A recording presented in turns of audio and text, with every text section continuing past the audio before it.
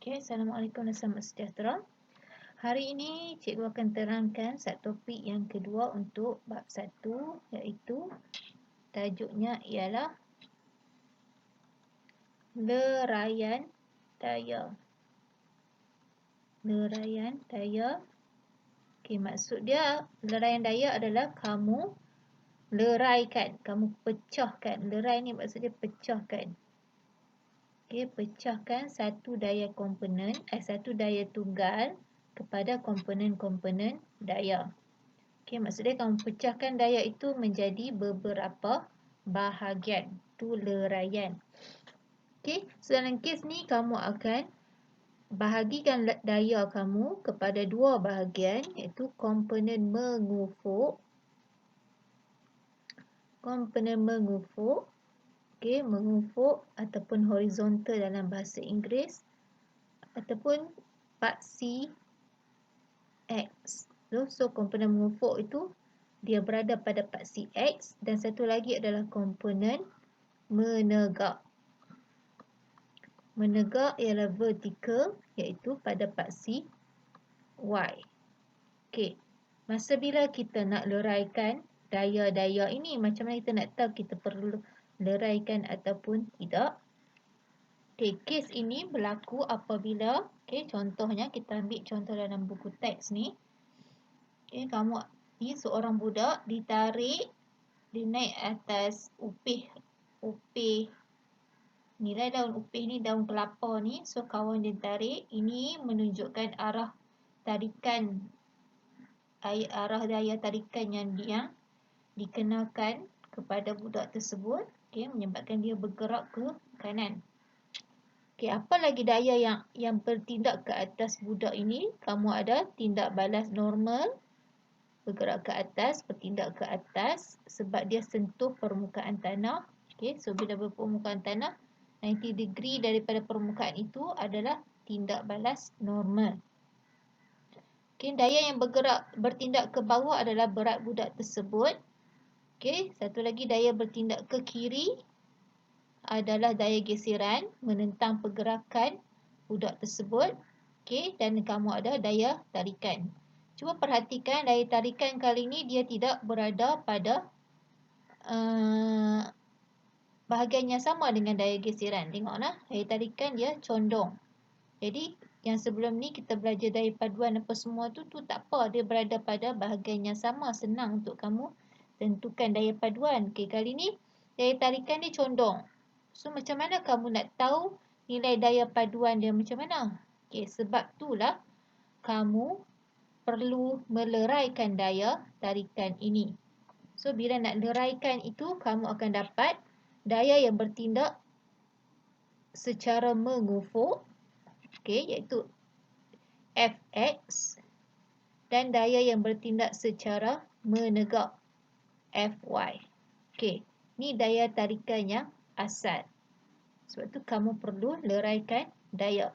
Salah satu sebab lagi mengapa kamu perlu leraikan daya, sebab kamu perlu tahu berapakah nilai daya yang diperlukan untuk menyeimbangkan berat budak tersebut. Macam ni, macam mana kamu nak tahu berapa nilai daya yang nak seimbangkan berat budak ke bawah ni?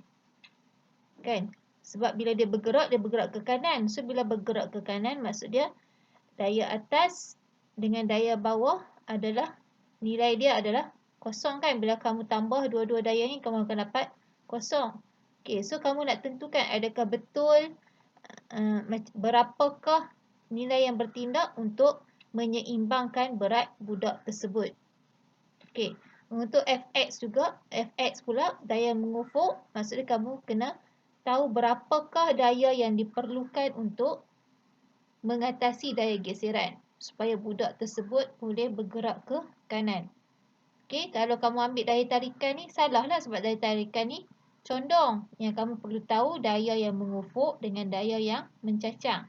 So, bila nak tahu total daya itu, kamu perlu leraikan daya tarikan ini kepada dua komponen daya ini. So, cikgu tulis kat sini lah. Ini ada dalam buku teks sebenarnya sebab apa kena leraikan Fx dengan Fy tu. So kamu leraikan daya, mengufuk kita panggil sebagai Fx, menegak adalah Fy. Okey, Fx fungsi dia di sini adalah untuk mengatasi daya geseran. Mengatasi daya geseran supaya kamu boleh terangkan kenapa budak itu boleh bergerak ke kanan. So ini kamu akan terangkan melalui pengiraan lah. Sebab rasional dia kenapa budak itu bergerak ke kanan, sebab Fx ini nilai dia lebih daripada daya geseran. Okay, so kalau kamu tak tunjukkan berapakah nilai Fx ni, kamu tak boleh buktikan lah. Okay, so tu dia punya fungsi dia. So Fy sebab apa? Sebab kita nak seimbangkan berat budak tersebut. Okay, kita nak tentukan bahawa betul-betul daya ke atas dan daya ke bawah adalah kosong. Nilai dia, bila kamu total up, kamu akan dapat kosong. So, seimbangkan berat budak tersebut. Okay, itu fungsi Fy. Okay, itu fungsi Fy dan fungsi Fx. Dan mengapa kamu perlu leraikan sesuatu daya yang condong macam ni. So, macam mana kamu nak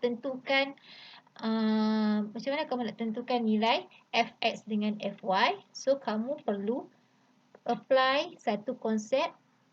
Ini nama dia trigonometri. Kamu dah belajar dalam matematik. Cos theta, sin theta dengan tangent theta tu kan. So, kamu kena apply konsep inilah untuk mengetahui nilai Fx dengan Fy. So, cara dia ini cara yang dibuat. Okay. Kamu membentukkan satu segi empat. Seperti macam dalam rajah ni lah kan. So, bila satu segi empat. Okay.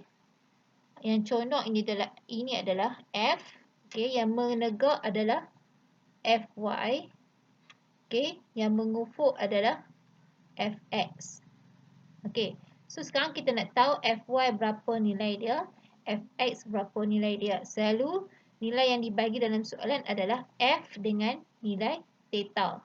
So, kamu perlu tentukan nilai ni sebab nanti kamu nak kira kan. Okay. So, cara nak tentukan nilai adalah menggunakan fungsi trigonometri. Okay.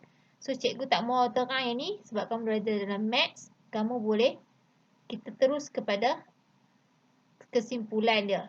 Okay. So, nak cari nilai Fx, kamu perlu menggunakan formula F darab cos theta. Okay. F darab cos theta. So, Fx, itu dia kat sini lah. Bagi besar sikit. So, Fx, cara nak cari nilai dia, nak kira dia. Nilai daya darab dengan cos theta. Okay. Fy pula adalah F darab sin theta. Okay, ini cara nak cari nilai bagi daya mengufuk dan daya menegak. Okay, ingat formula ni sahaja. Okay, ingat formula ni sahaja sebab dia akan apply, formula ni akan apply sama saja untuk apa-apa sahaja situasi. Okay, cuma nanti dia akan tricky sikit kalau theta yang diberi itu adalah tidak direct. So, dia tricky sikit lah. Okay. Dalam kes ni kenapa theta ni nilai dia sama juga untuk walaupun cos dengan sin ni? Sebab nampak tak? Ni theta di sini akan jadi sama dengan theta di sini sebab dia bentuk zigzag. Z kan? Z kan? So bila Z sudut apa orang panggil ni? Sudut serang-seli kah? Okay, sudut serang-seli itu adalah sama. So sini pun theta. Okay. So ni kamu boleh baca di sini lah.